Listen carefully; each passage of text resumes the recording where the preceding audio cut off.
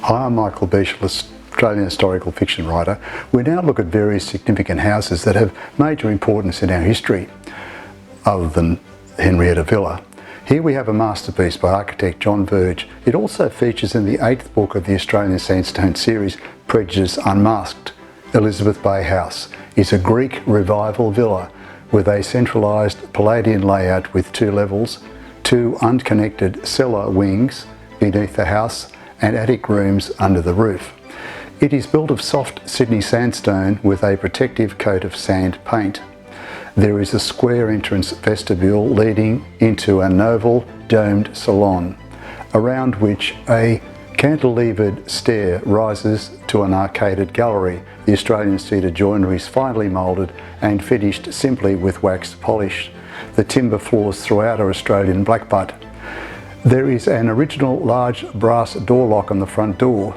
Recent research demonstrates that the main axis of the house is perfectly aligned to the position of the sunrise at the winter solstice, or the shortest day of the year, so that the rising sun bisects the house, running throughout the front door, out of the rear door and hitting the sandstone cliff face at the rear of the house.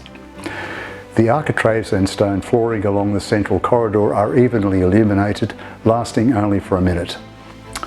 For over 2 weeks either side of the winter solstice, the effect may be observed with varying luminance and duration. As the sun's elevation and position on the horizon changes, though there are no documents known to discuss this feature, it is not likely to be an accident. The internal design of the house was loosely moulded on Henry Holland's Carlton House, built around 1820 for the Prince Regent in London. The house's architectural significance rests largely with its interior, owing to its state of incompletion.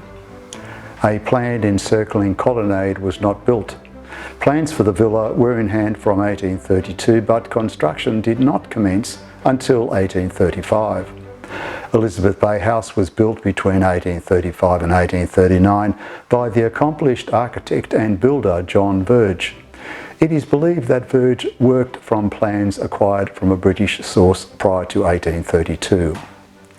Macleay, the first owner and occupant, in addition to his post as colonial secretary, was an entomologist of standing in the world of natural science and had been secretary of it from 1798 to 1825 of the prestigious Linnean Society in London. He brought with him to Sydney his huge insect collection, a library of 4,000 works and a wide knowledge of horticulture and botany. It is possible that Macleay's son William Sharp, after his examination of his father's finances upon joining the family in Sydney in 1839, called for a halt to the building of the house. When the house was finished in 1839, it was accompanied by Alexander, his wife Eliza, their unmarried daughter Kennethrina, and unmarried son William Sharp. The Macleay's nephews William and John and 2 Onslow grandchildren, their 5 other daughters, had married at the same time. Wool prices had dropped and transportation ended in 1840, and the colony was plunged into depression. Macleay was already in debt. The depression, those debts, the capital he had outlaid on the house and garden, the expenses of his various country properties, and the loss of his large official salary brought about the early retirement. Meant by the early 1840s he was in financial difficulties. In 1839, when Sharp was in London, he ordered furnishings for the drawing room of Elizabeth Bay House. 6 years later, in 1845, in the midst of a colonial financial crisis, he sold them to the newly completed Government House, Sydney, where 3 of the original rosewood veneered tables still have pride of place. The furnishings included pelmets with gilt cornices, curtain pelmets in this case with Louis XIV revival scrolls, and a Greek revival egg and dart cresting, which were transferred to Government House also. The garden became known internationally throughout the letters and published accounts of local naturalists and visiting scientific expeditions. The drive to the house is cut through rocks covered with Australian wild shrubs and flowers. And here and there, an immense primeval tree in this garden are the plants of every climate, flowers and trees from the Rio, the West Indies and even England. Macleay, who had served diligently as Colonial Secretary, was ousted from office by Governor Burke in 1837. The loss of salary contributed to his financial problems. British debts were unpaid, mortgages that had funded the lavish expenditure on both Elizabeth Bay House and Brownlow Hill, his country house near Camden, were due. Pastoral ventures failed in the 1840s. Depression.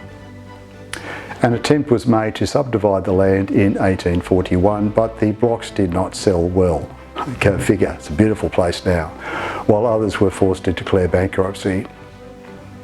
So, Macleay was saved by his eldest son, William Sharp Macleay, also Alexander Macleay's largest creditor. In 1845, W.S. Macleay insisted his family move out of the house and then took over the payments of the debts himself. Macleay's library and the drawing room furniture were sold to pay creditors. William Sharp Macleay, public servant, scholar and naturalist, an eldest son, inherited his father's insect collection and stayed alone at the house until his death in 1865. Alexander and Eliza moved bitterly to Brownlow Hall. So, there is Elizabeth Bay House, a fine, wonderful extant piece of Sydney architecture for all to admire and to visit. See you in my next video. Thanks for watching.